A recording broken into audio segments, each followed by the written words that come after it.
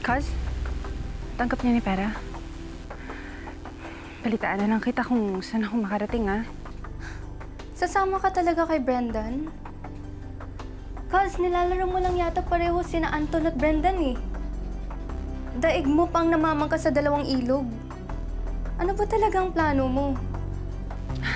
Basta, ikwento ko na lang sa'yo pag nakita tayo. Sige.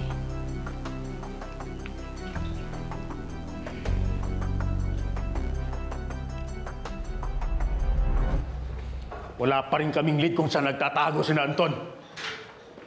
Di yun lalayo, sir. Nandito lang siya. Eh kahit ba yung asawa, wala kang info? Negative, sir. Hindi niya rin daw nakakausap si Anton. Naniwala ka naman. Gusto mo pa talagang mahuli si Anton? Yes, sir.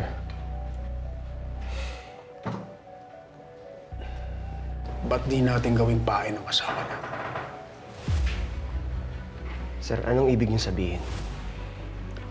Kung talagang mahal ni Anton ang asawa niya, lilitaw siya kapag nasa panganib to. Sir, sa inyo na nanggaling. Masyadong mapanganib. Hindi ba natin ilalagay sa peligro ang buhay ng sibilyan? Baka mapahamak siya. Yan na ba talaga dahilan mo? O baka gusto mo na rin yung babae? Glenn, masyado pa yatang maaga. Baka tulog pa yon. Sa tingin mo, tawagan ko na kaya? Yun nga yung point ko. Bakit ko pa kasi kailangan tong gawin? Kasi may tiwala pa rin naman ako kay Anton. Pero syempre, kailangan ko kasing makasiguro eh.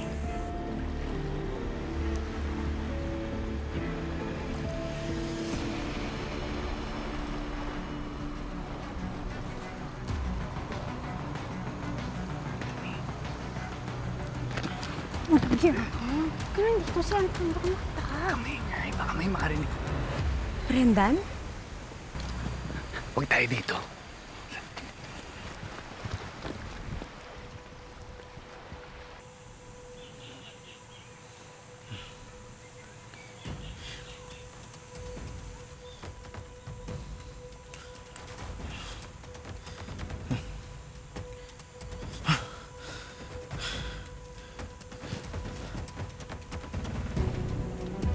Ria?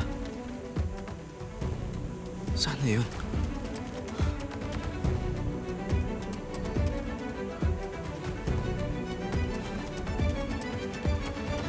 Mailalayo ko na si nanay. Uuwi tayo na Maynila ngayon. Maynila? Ngayon? Oo. Bakit? Ayaw mo sumama? Eh, hindi naman sa ganun. Pero hindi ba delikado dun? Bakit Manila? Eh kasi nga, nandun yung mga pera ko. Nandun yung mga assets ko. Kailangan ko makuha yun. Saan mo tinago? Basta, mahirap i-explain. Ang importante, masettle ko lang muna si nanay. Pagkatapos nun, ikaw mismo, dadaling ko dun.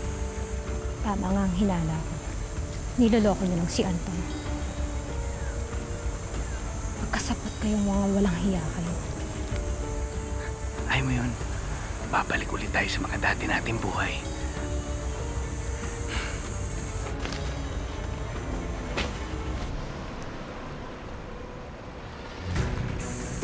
May tao.